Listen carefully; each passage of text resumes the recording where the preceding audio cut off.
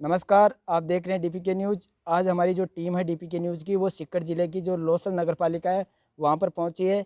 आज हम लोसल जो नगर पालिका है उसके वार्ड नंबर जो 25 है वो सबसे हॉट सीट मानी जा रही है, क्योंकि इस हॉट सीट होने का कारण ये है कि यहाँ से जो पूर्व जो पार्षद थे राजकुमार जी शर्मा भारतीय जनता पार्टी से, अब की बार भारतीय जनता पार्टी ने उनकी बिल्कुल टिकट काट दी है और इसलिए इन्होंने इस बार चुनाव मैदान में है निर्दलीय के रूप में उतरे हैं। और इस बार उन्होंने जो पार्षद जो उम्मीदवार है वो है इनकी धर्मपत्नी बबीता शर्मा।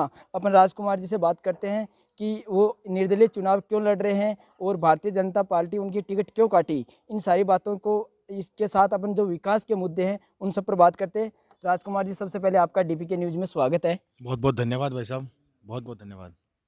राजकुमार जी, आप जो पिछली बार है भारतीय जनता पार्टी के एक कर्मठ यहाँ से कार्यकर्ता रह चुके हो, फिर भी भारतीय जनता पार्टी ने इस बार जो टिकटों का बंटवारा किया उस समय बिल्कुल आपकी टिकट काट दी और दूसरे मान लो किसी प्रतिनिधि को यहाँ से टिकट दे दी।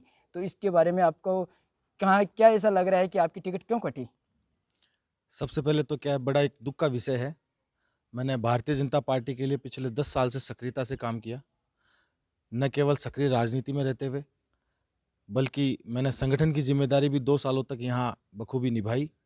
और मैं राजस्थान प्रदेश में पहला एक मंडल अध्यक्ष ऐसा था जिसने 2018 वर्ष 2018 में विधानसभा चुनाव के संपन्न होने के बाद हार की जिम्मेदारी लेते हुए मैंने स्वतः अपनी इच्छा से अपने मंडल अध्यक्ष के पद का त्याग किया और मैंने ये जिम्मेदारी किसी अन्य काबिल कार्यकर्ता को देने के लिए न्योता दिया, पार्टी को निवेदन किया, जिसका मेरा इस्तीफ़ा स्वीकार करने में पार्टी ने काफ़ी समय लगाया। मई तक मेरा इस्तीफ़ा जाकर स्वीकार हुआ। लोकसभा चुनाव में मैंने काफ़ी सक्रियता से काम किया और बड़ा दुख हो रहा है कहते हुए कि पार्टी के लिए मैंने बहुत सारे ऐसे विपक्ष में रहते हुए पार्टी में सिर्फ जीतकर 2015 के चुनाव में सिर्फ 4 कैंडिडेट आए थे, जिसमें मैंने पार्टी की, नगर की, प्रत्येक हर एक वार्ड की समस्या को बखूबी पूरी अ, ज़िम्मेदारी के साथ नगर पालिका बोर्ड में उठाया।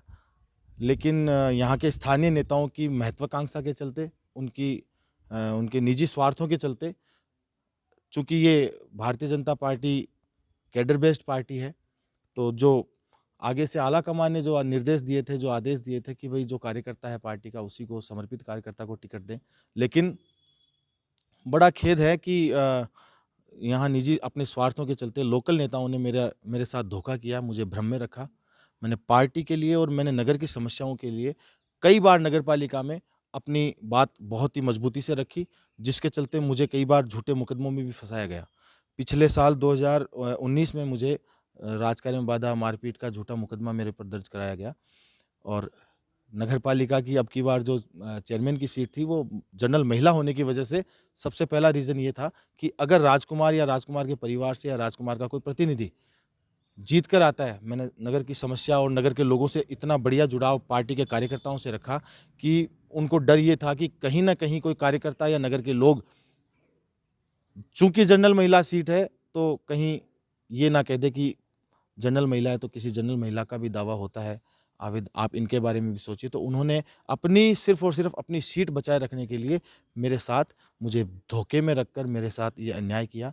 मैंने पार्टी के लिए अपना खून, पसीना, तन, मन, धन सब कुछ अर्पण करके रखा और आज भी मैं जिस विचारधारा में जी रहा हूँ, जिसमें मैं जीता आया हूँ, मुझे कहीं कुछ दूसरी विचारधारा मुझे सूट भी नहीं करती है। मुझे अच्छा भी नहीं लगता है कि मैं कुछ दूसरी विचारधारा सोचूँ, किसी अन्य पार्टी के बारे में सोचूँ, मुझे बिल्कुल ऐसा अच्छा नहीं लगता और मुझे बड़ा दुःख हो रहा है कि आज नगर के 35 वार्डों में मैं आज अगर भारतीय जनता पार्टी मुझे मुझे टिकट देती, तो शायद मैं यहाँ मुझे चुनाव में ज़्यादा मेहनत करने की ज़रूरत नहीं थी और पार्टी के लिए मैं बाकी 34 के 34 वार्डों में मेहनत करता और भारतीय जनता पार्टी का नगर पालिका लोसल में बोर्ड बनाने का पूरा प्रयास करता। राजकुमार जी, अब आपको क्या लगता है, आप एक निर्दलीय चुनाव लड़ रहे हो, अगर आपको भारतीय जनता पार्टी यहाँ से टिकट दे देती तो आप पूर्णतः कितनी मेहनत कर पाते कि भारतीय जनता पार्टी का यहाँ से बोर्ड बने? भारतीय जनता पार्टी का बोर्ड बनाना मेरा प्रथम लक्ष्य था, लेकिन जो नेताओं की मनमानी थी, यहाँ के स्थानीय नेताओं की, सबको, नगर के सभी लोगों को पता भी है कि भारतीय जनता पार्टी में कुछ 1-2 ऐसे नेता हैं कि जो नहीं चाहते कि कोई युवा, कोई नया पार्टी की सेवा करने वाला, नगर की सेवा करने वाला, नगर का कोई चहेता व्यक्ति इस पार्टी में कोई अपना कद बढ़ाए, उसको बढ़ने से पहले ही काट दिया जाए। पार्टी की मैं ये कह रहा हूँ कि टिकट अगर मुझे 25 नंबर से देते, जिसका मुझे आश्वासन नहीं, मुझे श्योरिटी दी थी कि आपकी टिकट फाइनल है, आप फार्म भरिए। मैंने कोई फार्म निजी व्यक्तिगत रूप से नहीं भरा था। पार्टी के जो वकील यहाँ पर आए थे, पार्टी के जो पदाधिकारी थे, उन्होंने मुझे बुलाकर कहा था कि आप अपना फॉर्म भरिए, आपकी टिकट फाइनल है। ऐन वक्त पर मुझे 2 बजे भी प्रदेश कार्यालय से फ़ोन आया कि राजकुमार जी बधाई हो, आप चुनाव लड़िए, पार्टी ने आपको टिकट दिया है, आप में विश्वास जताया है। लेकिन जब यहाँ पर पैनल सबमिट हुआ, तब मुझे पता लगा कि यहाँ पर आने के बाद, जैसे कि प्रभारी जी से भी मेरी बात हुई, कि वो कह रहे थे कि मेरी कुछ ऐसी परिस्थितियाँ, कुछ ऐसी मजबूरियाँ हुई कि उस टाइम पर मुझे ये चेंज करना पड़ा। तो मैं उस बात में नहीं जाना चाहता कि क्या उनकी मजबूरियाँ रही होंगी, क्या परिस्थितियाँ रही होंगी। लेकिन जब पार्टी ने प्रदेश कार्यालय से मुझे ये आदेश दे दिया था कि भई आप चुनाव लड़ें, उसके बाद में यहाँ पर इस तरह की राजनीति होना बड़ा दुर्भाग्य का विषय है। पार्टी ने, मुझे लगता है कि जो बोर्ड बनने की संभावनाएँ थी, वो बहुत कम हो चुकी है। राजकुमार जी, आप ये निर्दलीय चुनाव लड़ रहे हो। अब निर्दलीय चुनाव लड़ने के साथ में आपकी प्राथमिकता विकास के कार्य को लेकर के क्या रहेगी? शहर की सबसे मूलभूत समस्या है शहर की सुरक्षा। विकास कार्यों में सड़क, नाली, निर्माण काम होना, ये सब चीज़ें तो जनरल रूटीन की चीज़ें हैं। सबसे बड़ी सुरक्षा की व्यवस्था है।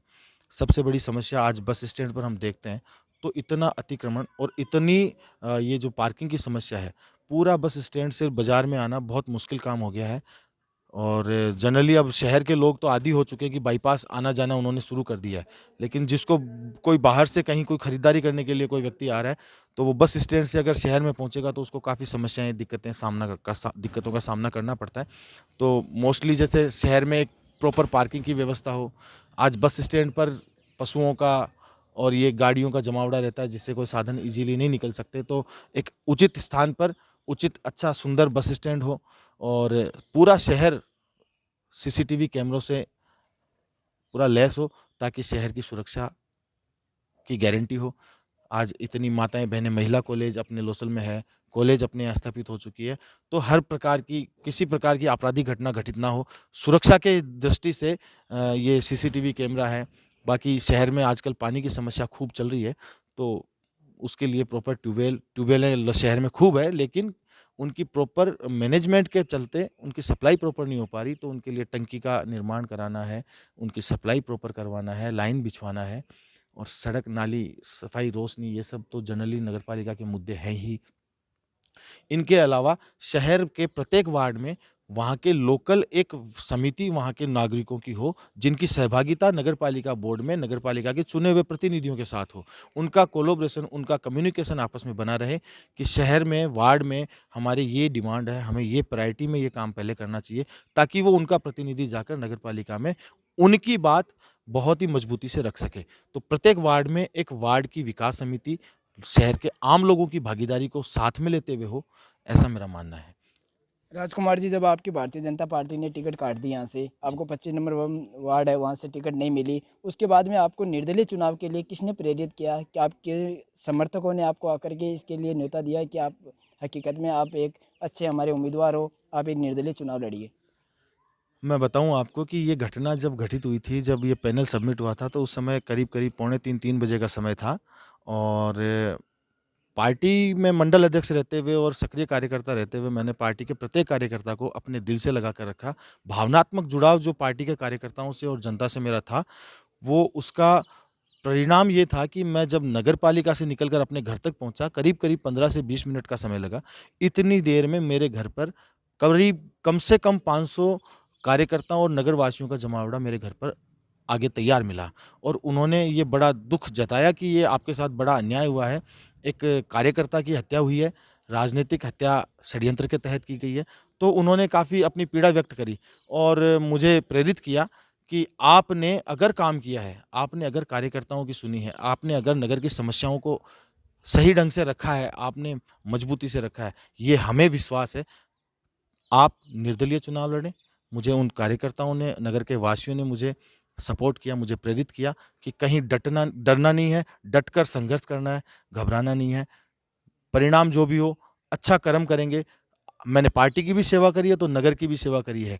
हर व्यक्ति, हर समाज में मैंने किसी के भी सुख हो चाहे दुख हो, किसी भी काम में मैंने अपनी भागीदारी सब जगह निभाई है और उन्हीं की प्रेरणा का आज ये परिणाम है कि मैं आज निर्दलीय चुनाव लड़ रहा हूँ और वार्ड नंबर 25 शहर की सबसे हॉट सीट मानी जा रही है और मुझे बड़ा कहने में बड़ा सौभाग्य फ़ील हो रहा है कि नगर के लोगों का जो जुड़ाव, जो मुझे प्यार मिल रहा है, वो मेरे लिए वो एक जीत वोट से बेहतर बढ़कर है।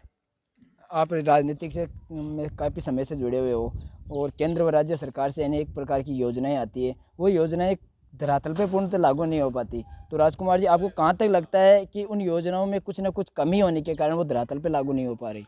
योजना में कमी का कहीं कोई विषय नहीं होता है। योजना सरकार जो लागू करती है उसमें बहुत बड़ा एडमिनिस्ट्रेशन का पार्ट एक होता है। लेकिन सबसे बड़ी दिक्कत होती है कि योजना का एग्जीक्यूशन, उसका डिस्ट्रीब्यूशन निचले स्तर तक, एक जहाँ पर जिस व्यक्ति के लिए जो योजना बनी है वो वहाँ तक पहुँचे।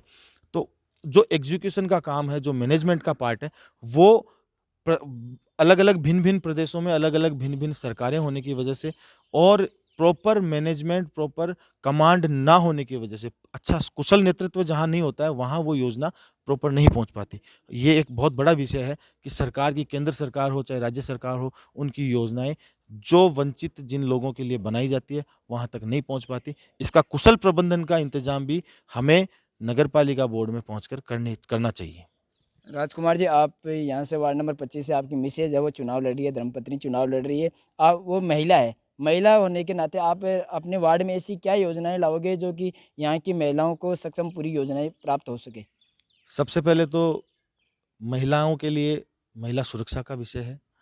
पूरे मेरे वार्ड में मैं अपने वार्डवासियों के सहयोग से, चाहे नगर पालिका से, पूरे शहर में नहीं तो मेरे वार्ड में तो मैं ये कोशिश करूँगा कि सब जगह हर चौराहा सुरक्षित हो, सीसीटीवी कैमरे से लैस हो। उसके अलावा जो गरीब, जो वंचित महिलाएँ हैं, जो दबा हुआ परिवार है, उनके लिए कहीं न कहीं कोई ऐसा एनजीओ, ऐसा कोई न कोई सरकारी योजना जिनका लाभ से वो वंचित रह रहे हैं, उनको वहाँ तक पहुँचाकर उनको लाभान्वित करना, ग्रुप बनाकर। अगर कोई कुछ नहीं हो पाता है योजना के तहत, तो मेरा प्रयास ये रहेगा कि वो जो मेरी धर्मपत्नी है बबीता शर्मा, वो पीजी है, स्नातकोत्तर है, साथ में बीएड वो करी हुई है और वो बहुत अच्छे इंस्टीट्यूट में पढ़ाती भी है, तो शिक्षित है।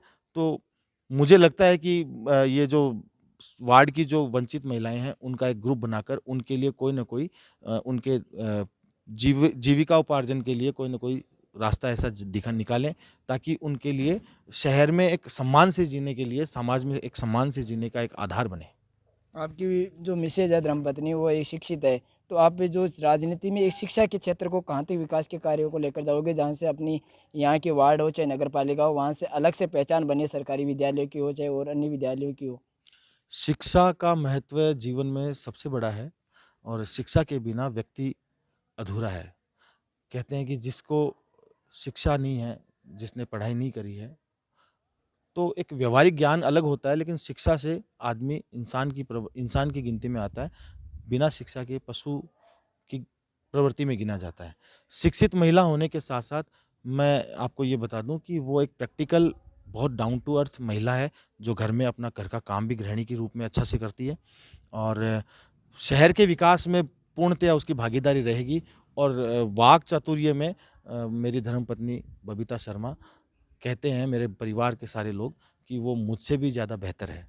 तो आप निश्चिंत रहिए, बबीता शर्मा मुझसे भी बेहतर काम करके, आज पहले मैं अकेला काम कर रहा था, उससे पहले मेरे पिताजी काम कर रहे थे। आज हम साइकिल के दोनों पहिए एक साथ चलेंगे। वार्ड की समस्या हो चाहे नगर की समस्या हो, मैं और मेरी धर्मपत्नी मिलकर मजबूती से रखेंगे, उनका सफल समाधान करेंगे।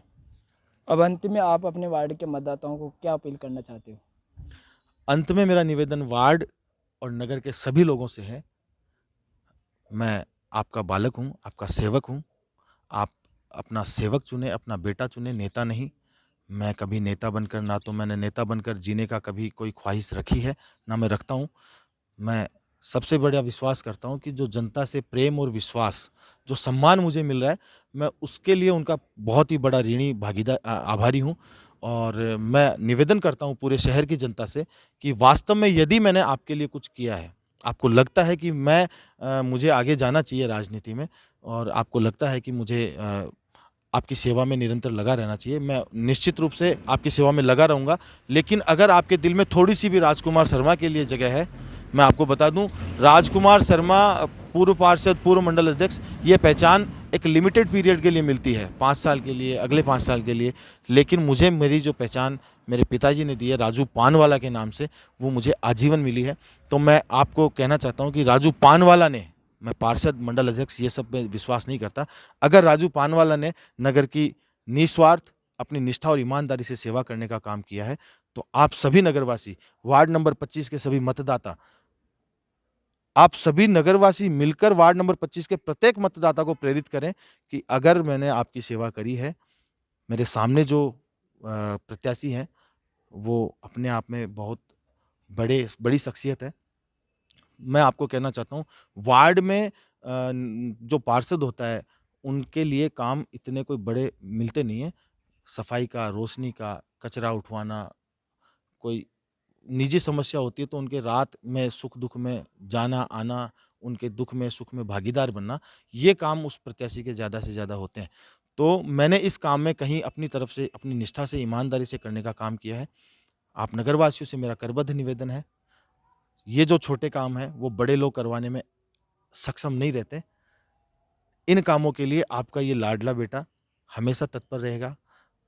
आपको थोड़ा-सा भी लगे कि राजकुमार शर्मा को आपकी सेवा में निरंतर लगा रहना चाहिए, तो आप अपना आशीर्वाद दें और नगर के सभी लोग, सर्व समाज के लोग, पूरे वार्ड नंबर 25 में आप मेरे लिए प्रयास करें, अपना आशीर्वाद दें और विनती करें। मैं आपसे विनती करना चाहता हूँ कि आप मेरे मालिक बनकर, गार्जियन बनकर सबको कहें कि वार्ड नंबर 25 में बबीता राजकुमार शर्मा को आप ज़्यादा से ज़्यादा वोट देकर भारी मतों से विजयी बनाएँ।